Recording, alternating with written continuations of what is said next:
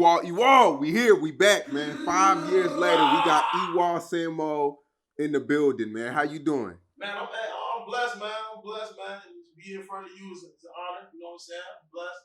I'm humble. You know what I'm saying? Great, bro. Yeah. Little do people remember, 5 years ago in New York, we sat down together. Facts.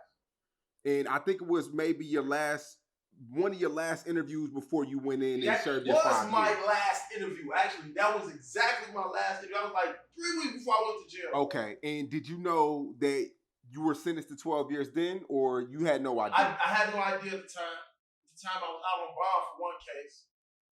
And I was really hoping that I was about to beat. It was looking good for me beating that case at the time. So I was on bond. Literally, people know all that time when I was doing my shit, my wave, I was on bond for 2 years. I was been on bond since 2015, a $20,000 bond since 2015. You know what I'm saying? So I was out ripping and running on bond. Nobody knew though. I kept it quiet. Okay.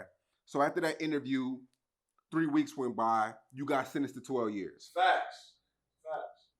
When you're in the courtroom and the judge, they give you the verdict, what's going through your mind? My life is over. It's over. You feel me? Like, just the fact of the matter is when you going through those trials and tribulations and those journeys and it comes out bad like that, negative like that.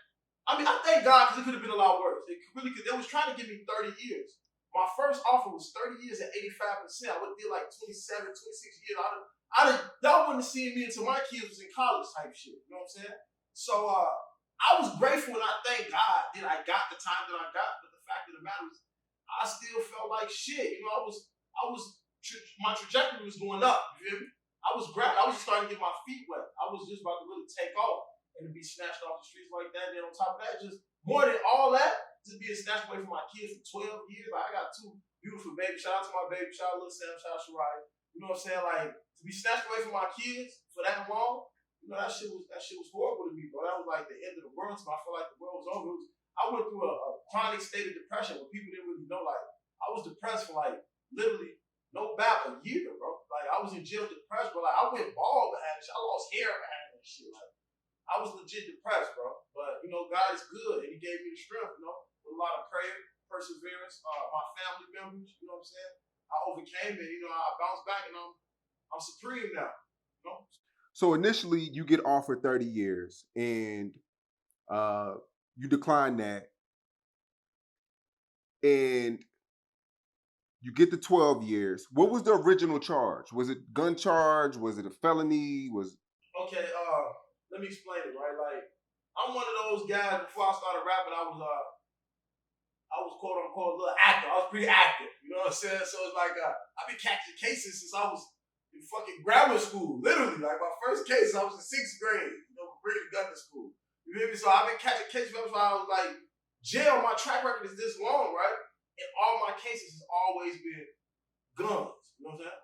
Every case. I don't catch dumb cases. You know what I'm saying? I don't really do too much robbing people. I don't break in houses. I don't know.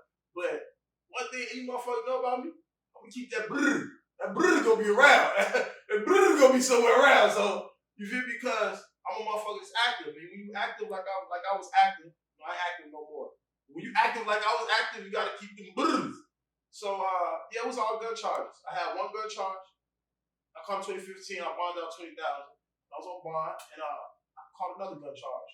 So it was one just a regular gun charge. They made an armed habitual criminal because my rap sheet is so long. So I was an armed habitual criminal. So basically like a career criminal type shit. So they like, you gonna keep catching cases and we gonna put you away from good type shit. You know what I'm saying? So I was facing 2 armed habitual criminals. And anybody that knows the Illinois judicial system knows they don't really play with it. That's 60-30 and 85% out the gate. You know what I'm saying? Out the gate. So I was blessed to get the minimum for both of them. So in Illinois, when you get caught with a gun, the first charge, what do they throw you, like 3 to 5 years? See, things have been changed over the last few years because the gun violence has been so crazy in Chicago. They've been changing, so now the minimums are higher. But back in the day, the minimum was like 1 to 3 type shit. Everybody get like your first gun case, you was definitely getting probation at first. You know what I'm saying? But you could get 1 to 3 type shit. You get your 1, do 6 months, and in Illinois, it used to be 61 day dress in, dress out.